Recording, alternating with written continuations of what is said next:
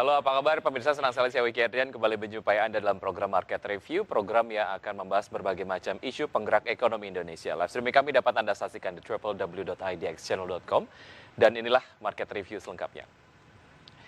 Ya, pemirsa, tren kenaikan cadangan devisa yang terjadi selama 5 bulan berturut-turut hingga 2 kali mencetak rekor akhirnya terhenti pada bulan September. Bank Indonesia mencatat cadangan devisa turun dari posisi Agustus sebesar 137 miliar US dollar menjadi 135,2 miliar US dollar.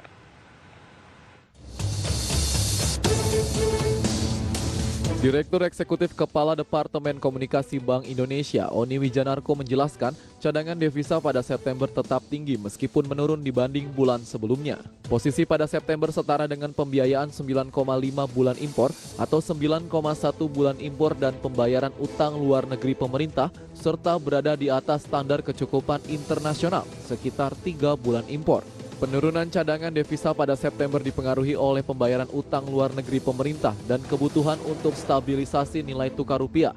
Meski demikian, Bank Indonesia menyatakan cadangan devisa ke depan tetap memadai didukung oleh stabilitas dan prospek ekonomi yang terjaga. Sementara itu, Kepala Ekonomi BCA David Sumual menjelaskan, kenaikan cadangan devisa selama 5 bulan ditopang oleh penerbitan utang pemerintah. Kinerja sektor real masih lemah, sedangkan arus modal asing pada instrumen portofolio masih mencatatkan arus kas keluar atau outflow.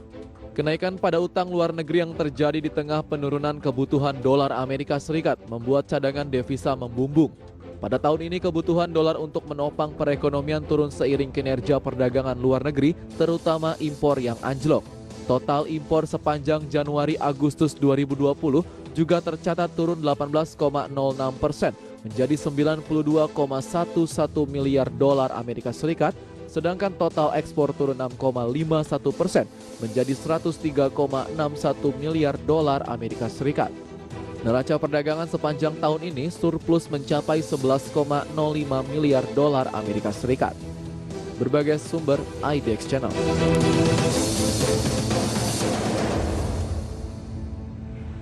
Ya, pemirsa, untuk membahas tema kita hari ini mengenai performa cadangan devisa Indonesia sudah terhubung melalui aplikasi Zoom Direktur Eksekutif Indef Bapak Tauhid Ahmad.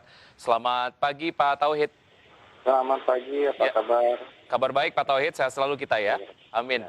Baik, Pak Tauhid, mengenai tema kita hari ini cukup menarik, walaupun kita kemudian sudah masuk di pertengahan bulan Oktober, tapi bahasan yang masih kemudian hangat adalah mengenai cadangan devisa di bulan September yang turun jika dibandingkan dengan bulan Agustus tahun 2020. Secara penyetaraan dengan impor, kemudian juga pembayaran utang, masih kemudian dikategorikan aman. Betulkah menurut Anda atau ada hal yang sebetulnya bisa dicermati?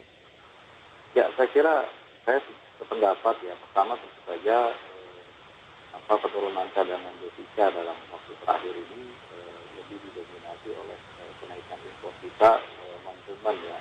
Yang sebelumnya itu adalah 10,46 miliar US dollar itu menjadi 10,74 miliar dolar. Nah, ini menunjukkan apa bahwa memang dengan kenaikan impor itu akan menyebabkan kita akan tergerus devisa karena kita kan harus membayar dengan US dollar yang cukup banyak begitu ya.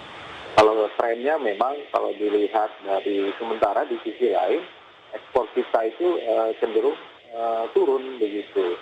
Yang semula di Juli itu adalah 13,70 miliar US dollar, sementara di bulan Agustus turun menjadi 13,07 US dollar. Ini artinya sebaliknya. Nah, saya kira memang fenomena terakhir sebulan ini saya kira karena memang faktor itu, faktor karena perdagangan yang menyebabkan. Yang kedua, kalau kita lihat posisi daripada penarikan pinjaman luar negeri memang saya kira tidak terlalu banyak berpengaruh.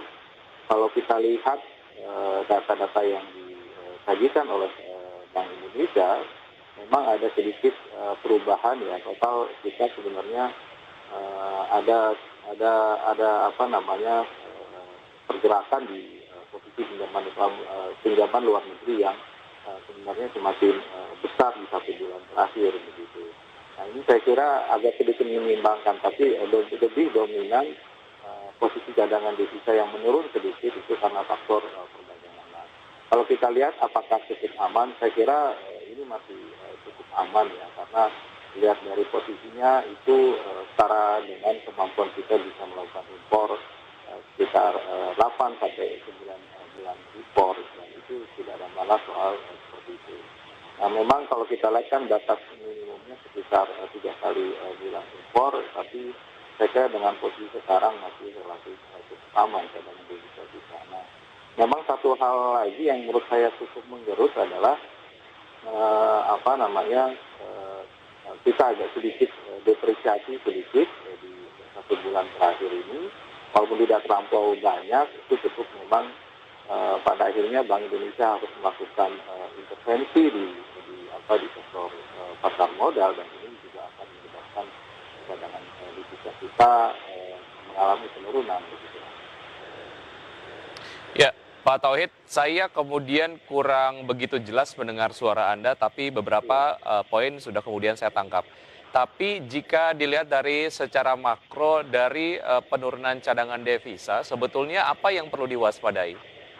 Ya, yang pertama saya kira sampai akhir tahun ini adalah kita akan menarik, ya kalau saya lihat ya, kalau misalnya penarikan utang luar negeri ini mengalami, tentu saja penarikan utang itu kan akan menambah katakanlah cadangan devisa, tetapi saya kira itu sisi positifnya bagi cadangan devisa. Tetapi kalau kita tidak melakukan pembayaran utang dengan baik, itu justru akan katakanlah memperkuat cadangan devisa. Tapi kalau utang ternyata kita harus bayar lebih banyak sampai akhir tahun, dan saya kira ini karena kita jumlahnya cukup banyak, itu tentu akan mempergerus cadangan devisa kita cukup dalam. Itu yang pertama.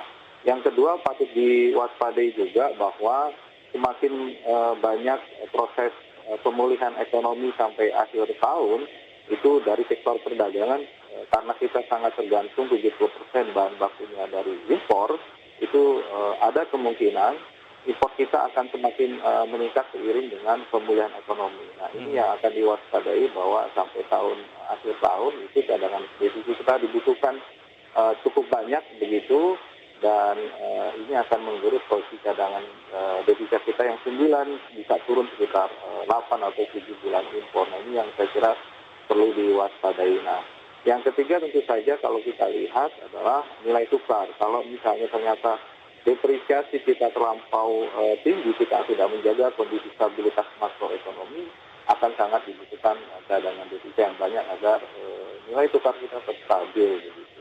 Baik. Ya, mengenai tren surplus neraca perdagangan yang kemudian terjadi di bulan Agustus, Juli, dan September baru akan dirilis hari ini, namun kemudian masih diprediksi akan terjadi surplus. Nanti kita akan spesifik membahasnya di segmen berikutnya, Pak Tauhid. Tapi bicara mengenai performa ekspor dan juga remitensi, sebetulnya seberapa besar kemudian dua sektor ini dapat dijadikan bantalan lah untuk kemudian mengamankan cadangan devisa kita? Oke, ya, kalau saya lihat ya, kalau misalnya kita tren bahwa sampai akhir tahun surplus, saya kira satu hal yang positif begitu ya, bahwa cadangan devisa kita semakin menguat begitu, karena hasil studi membuktikan bahwa 1% katakanlah 1% ekspor akan meningkatkan cadangan devisa sebesar 0,6%.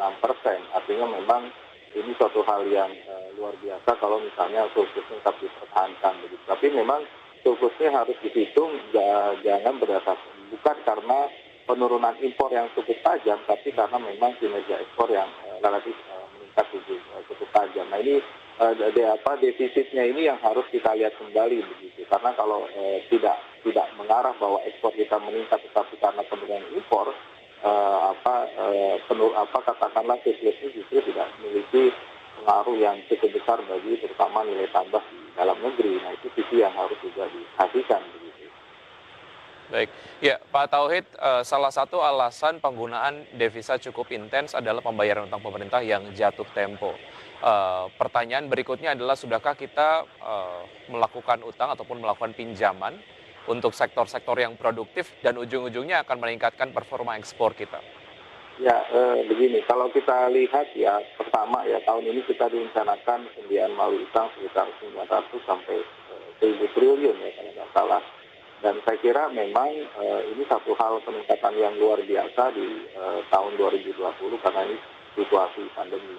Biasanya rutin kita pembiayaan melalui utang sekitar 300 sampai 400 triliun dan sebagian memang melalui ULN atau bank lebih. Nah, yang kita khawatirkan yang pertama bahwa tidak seluruhnya memang penggunaan utang itu untuk sektor produktif. Kalau kita lihat katakanlah biasanya penggunaan utang yang produktif itu ditujukan kepada belanja modal. Belanja modal kita sekitar 300-an triliun, 200 sampai 300 triliun per tahun. Artinya kalau tahun ini kita memiliki utang sekitar 1.000 triliun, ya masih ada 700 triliun yang digunakan tidak untuk sektor produktif. Nah, ini kan yang saya kira memang situasi pandemi mengharuskan itu. Tapi seharusnya pada nanti proses pemulihan ekonomi itu harus dikurangi pembiayaan utang itu untuk yang produktif. Karena itu memang harus ada policy yang agak kuat. Itu yang pertama. Yang kedua, kalau kita lihat ya, bahwa pembiayaan utang ini juga punya risiko terhadap tekanan fiskal pada masa berikutnya. Ini kalau kita lihat, kalau kita memiliki utang yang cukup besar dan sebagian pembayaran pokok bunganya itu dalam waktu pendek, katakanlah 2 sampai 5 tahun, tidak minimal 10 tahun, maka tentu akan menekan ekspansi fiskal kita pada periode berikutnya, terutama karena tiap tahun komposisi pembayaran utang dan bunga itu berada pada belanja non-KL dan itu pada posisi belanja pemerintah pusat, maka kalau belanja non-KL itu semakin besar dan kita berpokok utang, maka belanja KL itu akan semakin porsinya semakin menurun. Kalau proporsi menurun, maka ekspansi fiskal kita melalui belanja pemerintah pusat akan katakanlah akan menurun. Nah, ini yang saya kira akan melemahkan daya dorong ekspansi fiskal kita dengan pembiayaan utang sendiri. Ya, Saya kira itu posisinya begitu ya. Ya, artinya untuk penggunaan utang kita sendiri belum kemudian digunakan untuk sektor-sektor yang nantinya akan mendatangkan devisa lebih banyak dan ujung-ujungnya akan lebih mengamankan lagi posisi cadangan devisa kita. Betul ya, betul. Ya, baik. Kita bahas mengenai hal yang menarik terkait dengan neraca perdagangan di Indonesia. Ini kemudian menjadi satu hal yang cukup mempengaruhi kondisi dari cadangan devisa di Indonesia. Usai jeda berikut ini, pemirsa tetap di Market Review, kami akan segera kembali.